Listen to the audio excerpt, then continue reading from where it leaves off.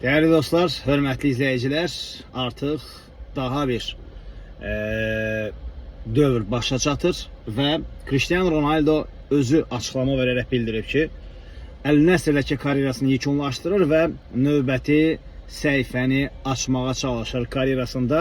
Hər kəs üçün təbii ki maraqlıdır. Cristiano Ronaldo bundan sonra hansı çempionatda çıxış edəcək, hansı komandanın şərəfini qoruyacaq? Ərəbistanda qalacaqmı, yoxsa yetişdiyi Sportingə qayıdacaqmı? Avropada çıxış edə bilərmi, yoxsa Amerikaya yollanacaqmı? Əlbəttə ki, hazırda bax, bu suallar çox ciddi maraq doğurur. Cristiano hələ də diqqət mərkəzindədir. Cristiano Ronaldo hələ də futbolçu karyerasında qürub çağını yaşasa da, 40 yaşı olsa da, hələ də futbol azarkeşlərinin, izləyicilərin diqqət mərkəzi. Deyilinə görə onun Amerikada, MLS-də çıxış etmək şansı da var. Odur ki, görək bu günlərdə hər halda Ronaldo da karyerasından bağlı qərarını verəcək.